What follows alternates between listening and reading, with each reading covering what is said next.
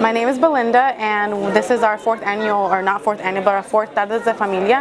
And what we do is we bring parents onto campus, parents, students, and their families, so that we can inform them on what it's like to be a student at Palomar College and to transfer.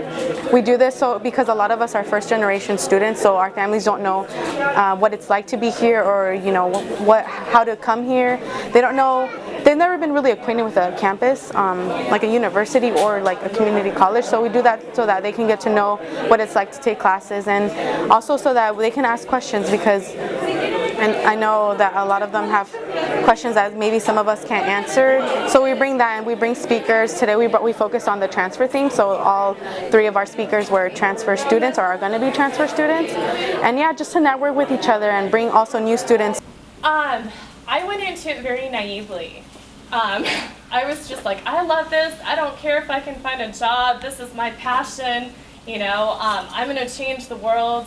Not to say that's naive, but I wasn't thinking that far ahead. Like, I just knew that when I took those classes, I felt moved. And when I took other classes, I didn't feel like that. And so for me, that was just enough. I mean, it's so difficult to say with the recession and the economy the way it is. I think it's always going to be competitive to find work, but if you really love what you do, I think that you exude that energy, you put that out into the world, and people see that. And I think that you will go far, regardless of whatever field it's in, so long as you have that passion, because not everybody has that for their line of work. And I think that makes you stand out, and I think that makes people want you to be on their team. Why did you choose which career? So I did ethnic studies, and I loved it. And then as soon as I was done, I didn't know what I wanted to do. And I want to put that out there because I think a lot of people feel like they have to have it all figured out, and you don't. I was at Palomar for 6 years before I transferred, so I took my time getting there. I have some students who come into my office and they're like, oh my God, I've already been here 4 years, what do I do? And I'm like, you have plenty of time.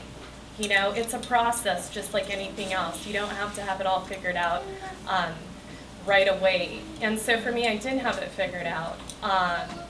I worked my husband was going to Arizona State University, so I went out there. And Arizona, as a lot of you guys know, working in social justice isn't the most, it's a little hostile.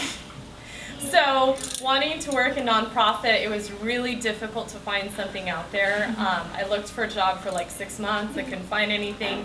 And so finally I fell into working for a for-profit university, and I didn't like it. I really missed working with the public, like on a community level. I like working with diverse student populations, and I wasn't really gaining that experience working for that particular university. And so we moved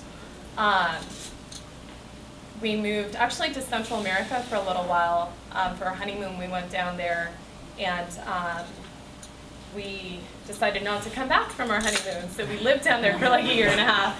And then I came back and I started working at M.E.CH.A College, and I was working administrative, and I just really missed being around people and interacting with people and hearing their stories.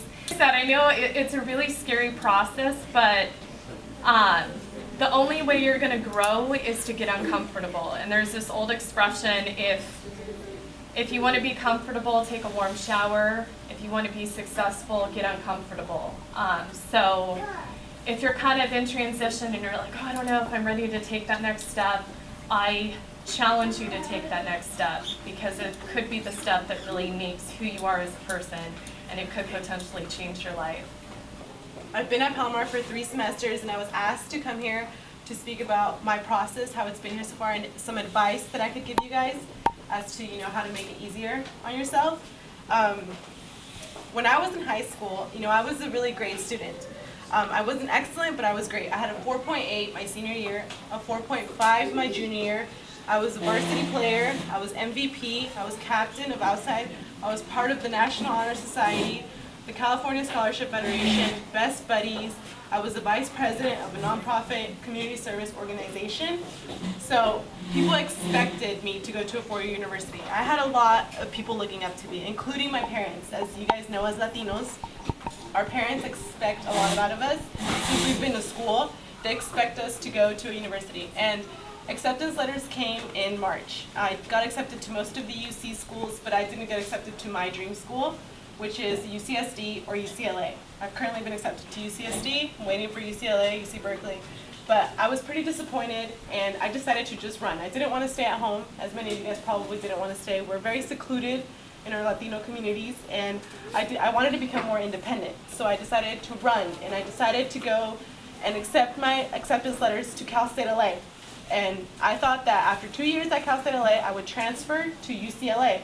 And I thought it was going to be so easy. I had no direction, of course, because as Latinos, I feel we don't ask when we need help. We don't have direction from our parents. We can't even ask our best friends, because most of the time, our best friends are Latinos as well, whose parents have not gone to college. I couldn't ask my parents.